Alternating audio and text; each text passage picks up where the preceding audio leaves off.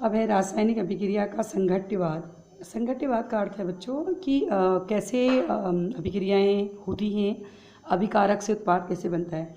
अभिक्रिया में भाग लेने वाले अभिकारक जब एक दूसरे के संपर्क में आकर क्रिया करते हैं या एक दूसरे से हटकर संघट्य टक्कर करते हैं तब उत्पाद बनता है। जैसे A प्लस B से C प्लस D बना, तो कहने का अर्थ है जब A प्लस B आपस में टकराएंगे तो उत्पाद बनेगा, टक्कर करेंगे तो उत्पाद बनेगा। यह अभिक्रिया बे का संघट्यवाद या टक्कर सिद्धांत कहलाता है। इस सिद्धांत के अनुसार किसी रासायनिक अभिक्रिया के लिए अभिकारक के मध्य टक्कर होना एक आवश्यक शर्त। ऐसा नहीं कि ए और बी से सी प्लस डी बन रहा है, तो ऐसा नहीं बैठे हैं और सी प्लस डी बन गए। जब आपस में ए प्लस बी टकराएंगे तभी जाकर क्या बनेगा, सी प्लस डी। अभिक्रिया मिश्रण में इकाई समय में प्रति इकाई आयतन में अभिकारक पदार्थ के मध्य होने वाली टक्करों को संघट्यवाद कहते हैं। ऐसी अब ऐसा नहीं है कि ए प्लस बी टकराए तो उत्पाद ही बने। जैसे मान लीजिए कोई बच्चे हैं, भाई पढ़ लिया, पढ़ने से थोड़ा पास हो जाते हैं, पास होने के लिए भी तो शर्तें होती हैं। तो वैसी है ऐसी टक्कर जिनके बाद उत्पाद बनता है तो प्रभावी टक्कर कहलाते हैं। संघट्य प्रभावित हो इसके लिए क्रियाकारी पदार्थ में कुछ बाधाओं को पार करना पड़ता है जो कि अवरोध कहलाता है। अब हमने कहा जब आपस में टकराएंगे उत्पाद बनेगा तो उसको कहेंगे प्रभावी टक्कर। अगर उत्पाद नहीं बनता है तो अप्रभावी टक्कर। अगर बच्चे जैसे माने कोई आप ही क्लास के, आप लोगों ने पढ़ाई की, अगर पढ़ाई करके आप पास हो जाते हैं तो आपको पास कहते हैं, अगर पढ़ाई करके अगली कक्षा में नहीं जाते हैं तो उसको फेल कहते हैं।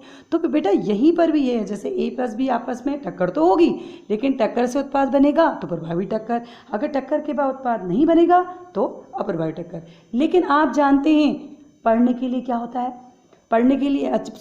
पास होने के लिए क्या होगा, आपको पास होने के लिए एक तो आपको पास होने के लिए मिनिमम मार्क्स की ज़रूरत होती है। जैसे केमिस्ट्री में 23 नंबर आने जरूरी हैं, मैथ्स में 33 नंबर आने जरूरी हैं। तो वैसे ही प्रभावी होने के लिए कुछ बाधाओं को पार करना पड़ता है।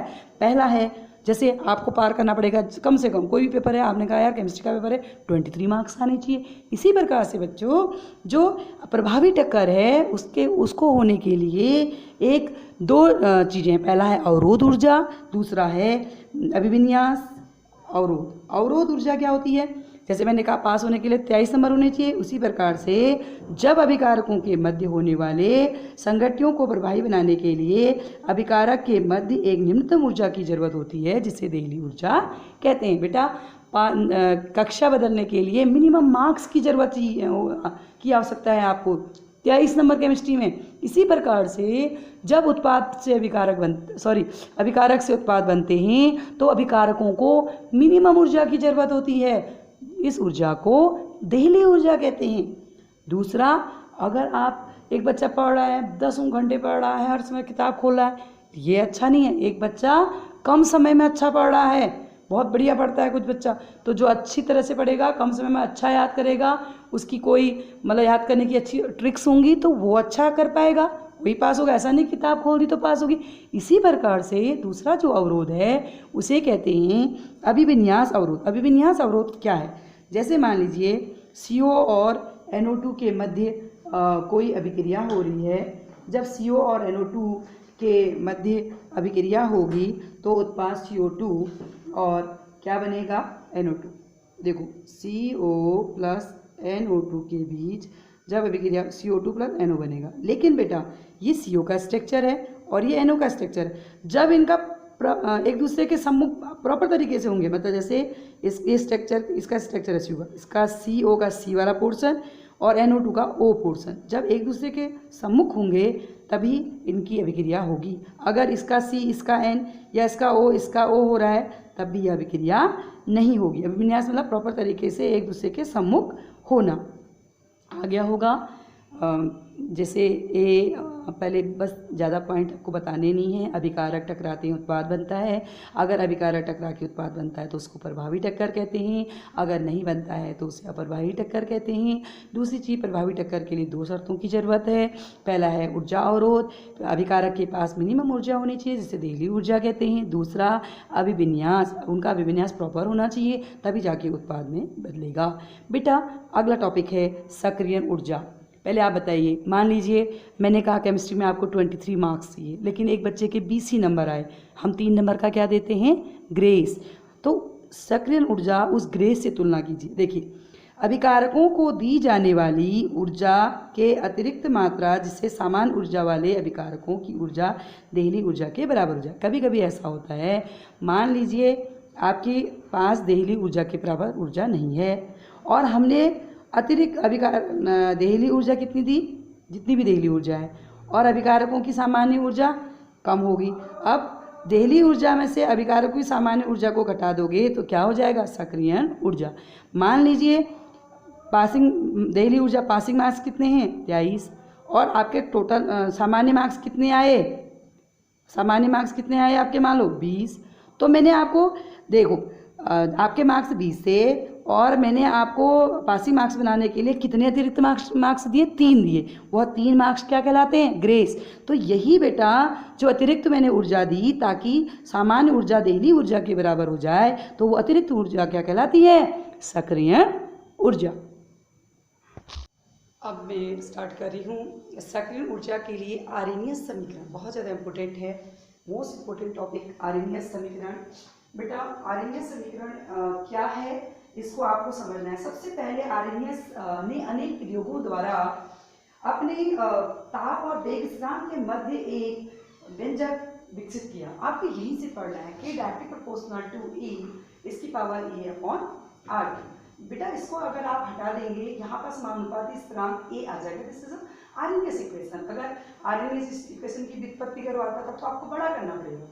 तो A जो है समानुपाती स्थिरांक है, E सक्रियण ऊर्जा है, R गैस स्थिरांक है, T तापमान है। This equation is 1। देन आप क्या करेंगे, taking log in equation number 1, समीकरण 1 में लॉग लेने पर ये मैंने लॉग के इसको ले लिया। आप जानते हैं कि मल्टीप्लाई है, log m plus log n क्या होता है, पहले ये देख लीजिए। अगर लॉग m n है तो हम क्या करते हैं, log m plus log n। तो यही बात यहाँ पर लागू होगी।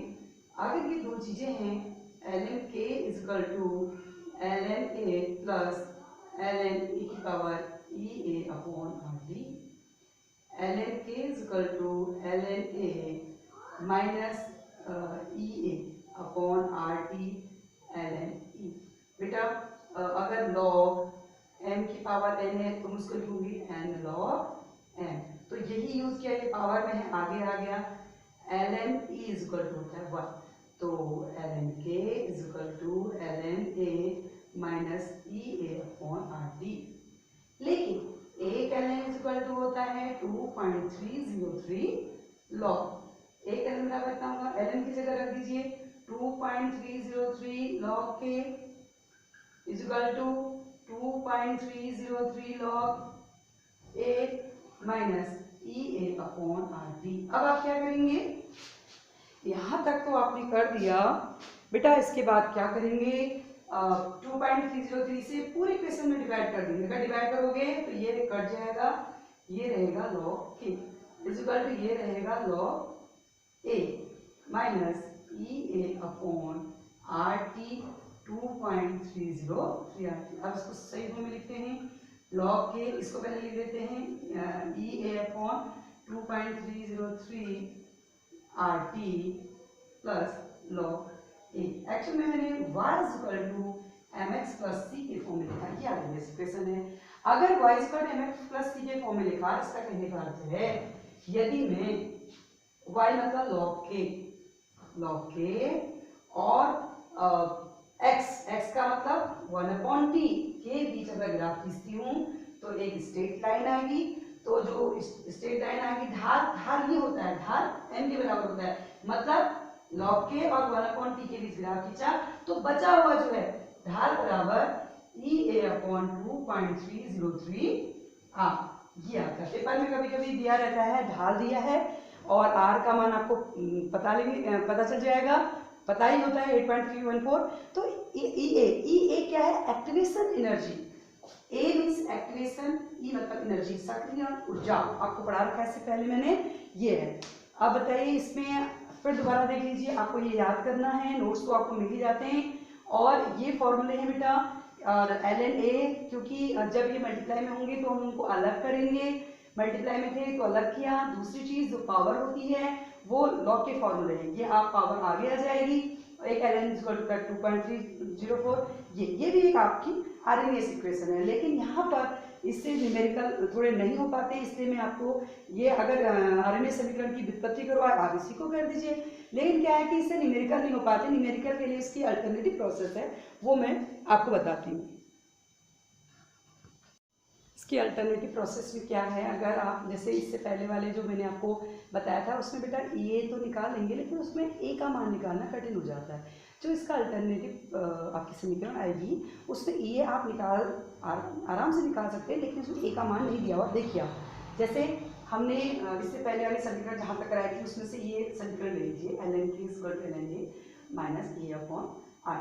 ओके, यदि K1 K2 पर जो ताप है T1 T2 है, ठीक है, इस ताप पर अब मतलब इस समीकरण में इस इक्वेशन में एक बार K1 लेना है, T1, दूसरे समीकरण K2 T2, इनके नाम ले लीजिए। समीकरण 3 से समीकरण 2 को माइनस कीजिए, ln K2 minus ln K1 equal to ln A minus EA upon R T2 minus beta minus ln A minus EA upon R T। देखिए मैंने माइनस किया, आप क्या करेंगे, सबसे पहली बात m ये हो गया ln K2 अपॉन K1, आपको बता रखा है मैंने, अगर लॉग m अपॉन n है तो लॉग m माइनस n लिखिए, बिल्कुल ये फॉर्मूला।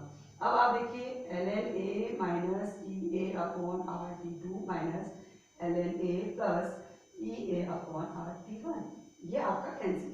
अब आप क्या करेंगे, EA अपॉन आर कॉमन ले लीजिए। अगर आपने EA अपॉन आर कॉमन ले लिया तो ये क्या रहा, 1 अपॉन T1 माइनस ये EA अपॉन आर है तो माइनस 1 अपॉन T2। तो बेटा A का बराबर होता है 2.303 लॉग K2 अपॉन K1, ये हो गया EA अपॉन आर। आप एलसीएम लेंगे T1 T2, T2 minus T1, फिर देखिए आप log K2 upon K1 equal to EA, बेटा इसको आप यहाँ मल्टीप्लाई में है तो आप डिवाइड में देंगे 2.303 आर।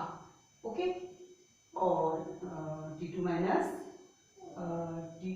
T1 और T1 T2, तो ये आपकी समीकरण होगी। इसके द्वारा आप बहुत ही आराम से, अगर कोई भी समीकरण दी है इसमें वेग स्थिरांक K1 K2 ताप T1 T2 दिया है तो आप EA का मान निकाल सकते हैं। देखिए K नहीं है, ये आपको आरएमएस समीकरण सिद्ध करने को भी आता है और इस समीकरण में बहुत सारे न्यूमेरिकल भी आते हैं।